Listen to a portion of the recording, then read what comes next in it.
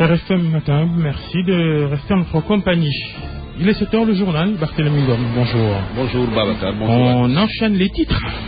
Polémique autour de l'autoroute Ila Touba, l'arbitrage de l'AGEROUTE, des concertations inclusives ont eu lieu avec les populations affectées, selon la conseillère juridique de la boîte.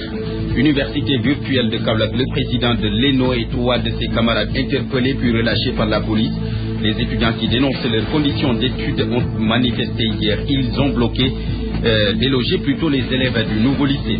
Le M23 et le FPDR se sont rencontrés hier. Hors du jour, les réformes institutionnelles et le patriotisme économique. Sounéor, faut-il faire confiance aux nationaux ou aux étrangers? La question se pose après que Cheikh Amar a annoncé son souhait de reprendre la société. Paysans et travailleurs de la boîte, tous se prononcent sur cette décision. C'est l'objet du focus de ce matin. Et puis, lutte contre les flux migratoires. Le sommet de Malte a pris fin hier. Un plan d'action a été adopté par les dirigeants africains et européens. Un fonds de plus d'1 milliard d'euros est annoncé pour financer des projets de développement et une meilleure gestion des réfugiés. Conclusion décevante pour certains dirigeants africains après ce sommet de Malte. La seconde partie de ce journal du sport, le journal de Boubacar Kambel Dieng à la une. Madagascar-Sénégal, match de football. Deuxième tour des éliminatoires du Mondial 2018, match à 11h30 tout à l'heure en direct sur RFM. Et puis nous sommes vendredi, la chronique de Mahmoud Barakan à suivre et la revue de presse dans une vingtaine de minutes, revue de presse de Mohamed Ali Mouba. RFM Matin, merci d'écouter le journal.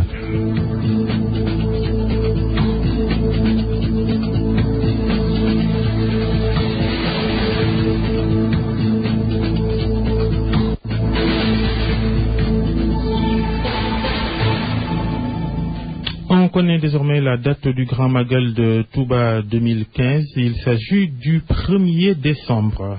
C'est une annonce de la commission de la Ville Sainte qui s'est réunie ce jeudi en prélude à cet événement religieux d'envergure internationale. Les installations électriques, bien sûr, de Touba ont été visitées hier et la Sénélec a déploré les agressions sur son réseau.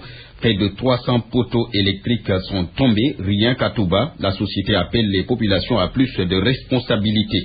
Polémique autour de l'autoroute Ila Touba. l'AGEROUTE s'invite au débat. La conseillère juridique précise que l'entreprise en charge du chantier a toujours mis en avant la concertation avec les populations touchées. Elle ajoute en outre que le bras de fer qui oppose les maires des communes traversées par la route par le préfet, ou le bras de fer qui oppose ces maires au préfet du département de Bambey n'est pas de la responsabilité de l'AGEROUTE. Toutefois, elle va rencontrer les deux parties mardi prochain. Fatou Diallo avec Jo Maroun. Il y a l'aspect social qui est mis devant, quel que soit le barème ou la base de travail qui est prise. Et aujourd'hui, je peux dire que dans ces évaluations de la région de Diourbel, on est vraiment très social. Qu'est-ce qui explique ce bras de fer qui existe entre le maire et aussi le préfet du département? Il y a le préfet qui négocie avec vous. Qu'est-ce qui se passe réellement? Le problème qu'on a soulevé ne concerne pas l'emprise du projet routier. Je crois qu'au-delà du projet routier, il y a des actions d'accompagnement. Et pour ce cas dont on parle, il y a eu quand même des forages qui doivent être, en tout cas, construits dans plusieurs zones que traverse le projet Ila Touba. Maintenant, il fallait identifier les zones et y ériger ces forages. Je crois que c'est sur ce point que les maires ne sont pas tout à fait d'accord avec le choix, en tout cas, qu'ils jugent un peu autoritaire du préfet par rapport à ça. Bon, la réponse du préfet, on ne l'a pas entendue. Moi, il me dit que tous les points choisis ont fait l'objet d'une délibération du conseil rural, donc je suppose qu'il y a eu un début, en tout cas, de formalité administrative. Peut-être qu'il faudrait qu'on s'arrête un peu pour voir ce que les uns et les autres reprochent. Maintenant, c'est vrai que je n'ai pas encore eu la délégation des maires, mais on a fixé le rendez-vous à mardi et peut-être qu'il faut entendre les deux parties pour pouvoir se prononcer. Fatou Diallo, conseillère juridique de l'AGEROUTE. Et puis la présentation du rapport 2013-2014 de l'ARMP qui devait avoir lieu hier et qui a été finalement reporté à une date ultérieure. Les responsables de l'autorité de régulation des marchés publics avancent des questions de format d'exploitation pour expliquer cette décision, mais déjà des indiscrétions font état d'une tendance positive en dépit de quelques dysfonctionnements. Latédio. Je vous demanderai simplement d'avoir la patience. Voilà, d'attendre qu'on vous communique les détails. Coup de théâtre, le rapport 2013-2014 de l'autorité de régulation des marchés publics ne peut pas pour le moment être connu. Les Sénégalais vont alors devoir patienter pour avoir des informations sur le travail de cet organe de régulation des marchés publics. Mademba Gueye, président du conseil de régulation, sur les raisons du report. Effectivement, le rapport a été transmis à l'autorité, mais nous sommes en train de discuter en interne au sein du conseil, donc pour voir quel est le format le meilleur quant à la restitution donc devant la presse. Donc voilà en fait ce qui explique simplement le report. Seule chose à retenir pour le moment de ce rapport, une tendance positive entachée par quelques irrégularités. La tendance elle est positive, mais maintenant les détails, au moment de vous présenter le rapport, je pense que nous reviendrons vraiment dans le détail sur ces questions. Encore une fois, on n'en est pas encore là. Et je rappelle que le but de ces rapports, ce n'est pas justement d'aller vers des sanctions. Le but de ces rapports, c'est d'aller vers une amélioration du dispositif en pointant les dysfonctionnements. C'est l'aspect pédagogique véritablement qui est mis en avant. Quand nous vous livrerons les rapports, vous aurez le détail sur tous les aspects. D'autres raisons seraient-elles à l'origine du report? L'on ne saurait répondre par l'affirmative. En tout cas, la carte d'observation au relent de pression venue de haut lieu serait agitée. En plus bref, université virtuelle de Kaolack, le président de l'ENO et 3 de ses camarades interpellés puis relâchés par la police. Les étudiants de l'université virtuelle étaient dans la rue hier. Ils ont délogé les élèves du nouveau lycée. Manifestation pour dénoncer leurs conditions d'études jugées précaires. Il est 7h07. Sur RFM au moins, on a des informations sûres et utiles. RFM, la radio de toute l'actualité. Rencontre M23, FPDR, les deux partis autour d'une table pour discuter sur les réformes institutionnelles et le patriotisme économique. La démarche de Mamadou Mbodj et de ses amis a été bien appréciée par l'opposition. Pour Mamadou Diop Decroix, cette visite de leurs adversaires montre qu'il y a un travail inachevé, qu'ils veulent d'ailleurs continuer. Migui Maramdiaye. Le M23 encore sur le terrain, cette fois-ci à la rencontre des partis politiques. Le coordonnateur Mamadou Mbodj et ses amis étaient devant les membres du Front patriotique pour la défense de la République, FPDR. Homonyme, les réformes institutionnelles et le patriotisme économique. Nous estimons que ce pays-là doit pouvoir arriver à un consensus, comme cela a été le cas en 1992, un consensus fort pour des réformes consolidantes qui permettent à ce pays-là, évidemment, de changer de cap. Réformes institutionnelles et patriotisme économique, deux questions d'actualité, mais aussi importantes, selon le coordonnateur du Front, Mamadou Diop Decroix. Au fond, ce qu'ils sont en train de faire, c'est également dans notre calendrier, parce que, à mon avis, quand il s'agit du Sénégal, chaque Sénégalais, chaque citoyen doit prendre des initiatives. M23, adversaire hier de ceux qui composent aujourd'hui le FPDR, Mamadou Diop Decroix n'y voit aucun inconvénient. Pour lui, la démocratie est ainsi faite. Nous aurions pu dire, c'est eux qui ont travaillé à notre départ, donc voilà, ce sont nos adversaires. Non.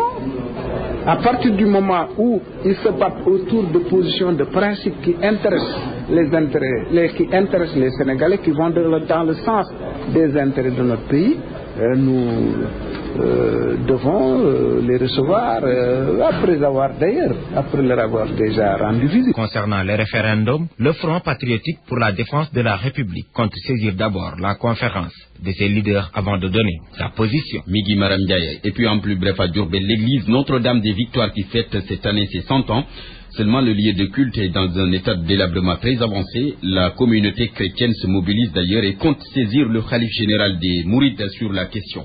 Lutte contre les flux migratoires, le sommet de Malte a pris fin hier. Un plan d'action a été adopté par les dirigeants africains et européens. Un fonds de plus d'1 milliard d'euros est annoncé pour financer des projets de développement et une meilleure gestion des réfugiés.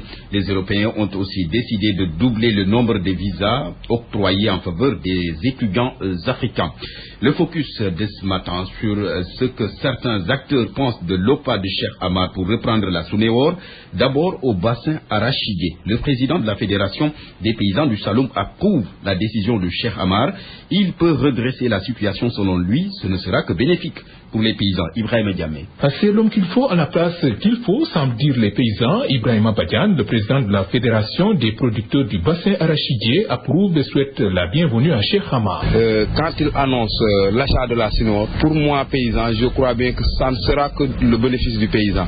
Parce que Cheikh Amar a mené beaucoup d'actions ici au Sénégal et tout le monde sait que Cheikh Amar est un Sénégalais. Donc on n'est pas contre, on est pour. Monsieur Badiane a parcouru les pages du journal L'Observateur du jour et les propositions de l'homme d'affaires semblent l'avoir séduit. Quand vous lisez une page de l'Obs, vous verrez que Cheikh Amar a dit que quand il aura pris la Suneor, il prendra les opérateurs comme des actionnaires et les paysans aussi en bénéficieront. C'est tout ce que nous souhaitons et tout ce que nous voulons. Donc nous souhaitons à Cheikh Amar la bienvenue et que la Suneor puisse être dans de bonnes mains. Il est capable de redresser la Suneor? Oui, je sais qu'il est capable de redresser la Suneor quand il décide de prendre la Suneor parce qu'il est armé pour diriger cette société qui est vraiment en difficulté. Seulement, le président de la Fédération des producteurs du bassin arachidier souhaite que l'État fasse tout pour continuer à avoir un droit de regard sur cette société. Là aussi, je ne veux pas que l'État se désengage totalement de la Suneor. L'État doit avoir une part pour essayer de protéger les producteurs. D'abbas Jaber à Cheikh Amar, le président de la Fédération des paysans du bassin arachidier, estime que l'espoir peut être permis.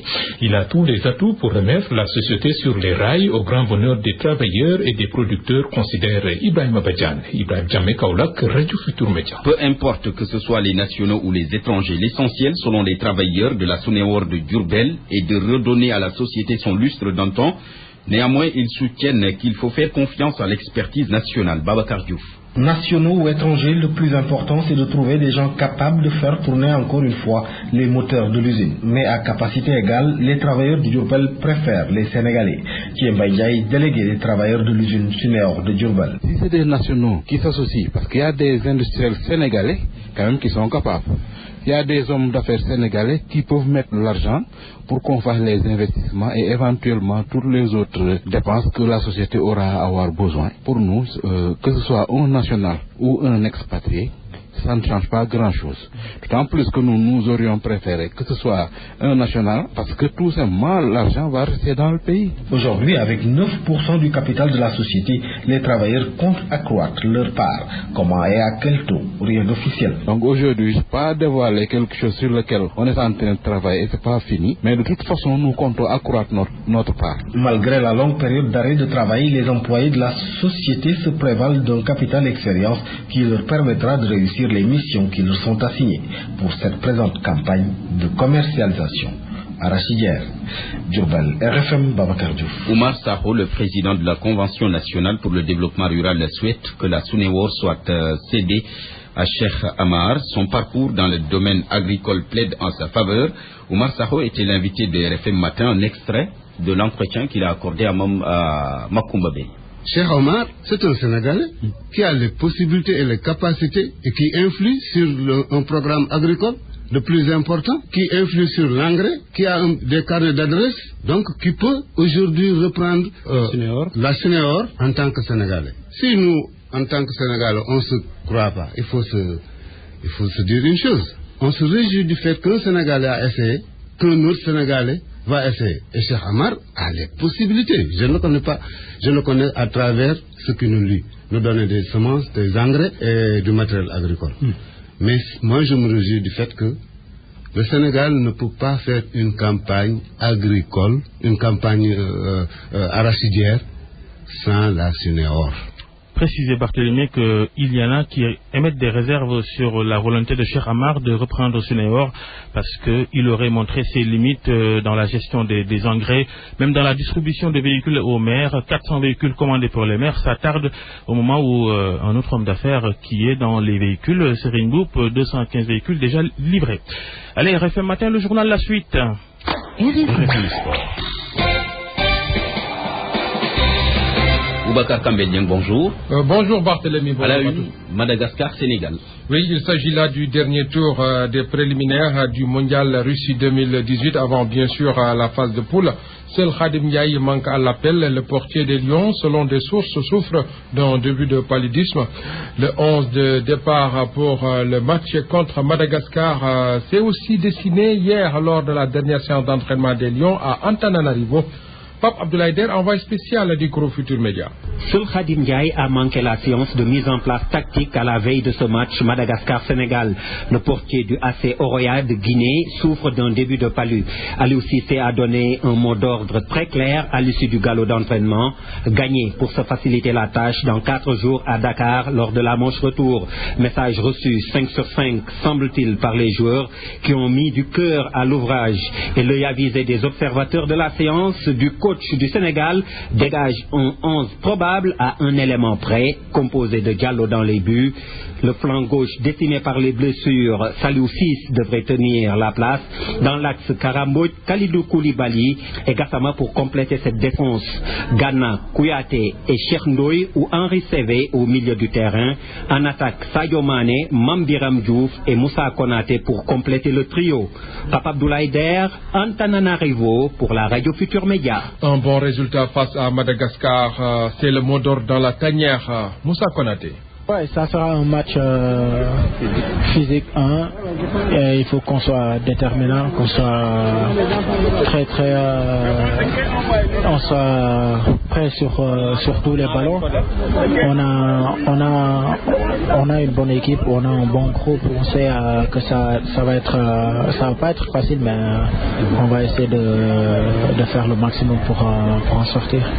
En tout cas, les Malgaches vont vendre cher leur repos. La motivation est là et tous sont déterminés à tenir tête au lion. L'ambassadeur de Madagascar au Sénégal, Auguste Parena, interrogé par Cheikh Tidiane Diagne. Dans le classement FIFA, c'est en 18e. Oui, loin derrière le Sénégal d'ailleurs. Oui, le Sénégal, je crois que c'est en 9e, je crois, quelque chose comme ça. Donc, sur papier, bon, le Sénégal, qui est quand même déjà connu, compte tenu des matchs qu'ils ont déjà joués avant. Ça ressemblerait à un combat entre David et Goliath ou non? Oui, mais attention, parce que le football n'est pas une science exacte, et comme on dit chez nous, la balle est ronde. Ah oui, et pour tout le monde, la balle est ronde. Donc là, mais en tout cas, ils sont vraiment déterminés, là, les Malgaches, là. Voilà, l'ambassadeur de Madagascar au Sénégal. Madagascar-Sénégal, c'est ce vendredi à 11h30 GMT, 14h30 à Antananarivo. Le match retour est prévu mardi prochain à Dakar. Je rappelle que ce match, donc le match d'aujourd'hui, est à suivre en direct sur la RFM. Football toujours, deuxième journée Ligue 2 sénégalaise, top départ cet après-midi. Un match avancé à 16h30, l'ASFA rencontre le Duc à Demba Diop. La suite demain et dimanche, la fin lundi prochain. Navetan, la finale de la zone 8B des Parcelles Assainies, ce soir 20h, Bokudiev contre Diantebi. Hier, Face Delorme a remporté la finale de la zone 2 au tir au but face à Ndiakar, réduit à 10-0-0 après les prolongations. Voilà, Barthélémy, c'est tout pour le sport. Merci beaucoup, Boubacar Kambel-Dieng. RFM, la chronique du jour. La chronique de ce vendredi sur la menace terroriste et le défaut de consensus politique sur un sujet aussi sensible et d'enjeu national. Attention à un certain discours occidental. Macky Sall se préoccupe de son leadership diplomatique, mais il ne doit pas pour autant oublier les problèmes domestiques. Mamadou Ibrakan. Le pouvoir a le devoir de gouverner, l'opposition le droit de s'opposer. Au Sénégal, pays où les choses sont souvent à l'envers, ces deux bases vitales pour une démocratie semblent être très compliquées à asseoir. Quand un pouvoir veut être sa propre opposition et l'opposition se substituer au pouvoir, cela donne un beau désordre. L'affaire des deux groupes parlementaires, libéraux et démocrates à l'Assemblée nationale, avec une majorité qui s'est mêlée de ce qui ne la regarde pas, et la question du terrorisme avec un opposant à la prise de position trop osée sur un sujet d'une telle sensibilité, ces deux confusions de rôles sont la preuve de l'urgence à remettre les choses à l'endroit. La démocratie n'a de sens que si elle repose sur un consensus fort de la classe politique et de la société autour des fondamentaux. Et c'est pour cela que, présentée comme le moins mauvais des systèmes, elle est préférée à la dictature. Faute de cette bonne intelligence de la démocratie, on choisirait volontiers une dictature productive à la place d'une démocratie contre-productive. Venons-en au fait.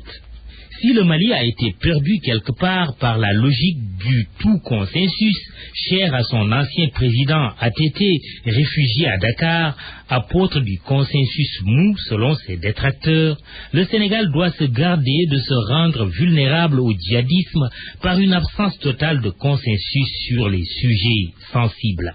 Entre les deux extrêmes, il y a un point d'équilibre à trouver. Sur le terrain glissant et dangereux du combat légitime contre le terrorisme, quand le pouvoir tire à U, l'opposition, quelle que soit la conjoncture politique, ne doit pas tirer à Dja. Maître mot, s'interdire d'agir de manière désordonnée face aux monstres. La voix du Sénégal doit être unique sur le sujet djihadiste.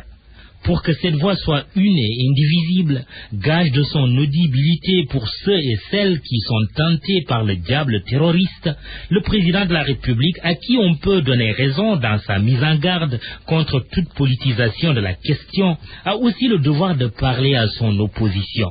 Mais parler ne veut pas dire menacer, d'autant plus qu'ici, l'opposant doit être considéré comme un partenaire et non comme un adversaire. Or, du côté du palais, depuis quelque temps, le ton est plutôt à la menace. Le bouchon est d'ailleurs poussé tellement loin que Bush, l'ancien président américain, est à la bouche. On sait les dégâts causés par les mots sur un prétendu combat du bien contre le mal. Même la Grande Amérique sous Obama a revu et corrigé son discours, a fortiori nous autres. Le Sénégal doit s'abstenir de faire le jeu d'un Occident qui a lui-même reconnu ses erreurs dans son approche contre le terrorisme. Pour le reste, la fermeté affichée par le président Sall est à soutenir. Un président sénégalais dont le leadership diplomatique est de plus en plus perceptible sur la scène internationale. Mais il ne doit pas oublier que le domestique est toujours en attente de quoi se mettre sous la dent. Avec ses plus de 3 000 milliards de budget, l'État sénégalais donne l'impression d'être riche quand la population, elle, pour ne pas dire la populace, est pauvre. Pas d'argent dans les poches. Nouvel ordre de priorité, dites-vous? Vivement que l'argent circule. Enfin.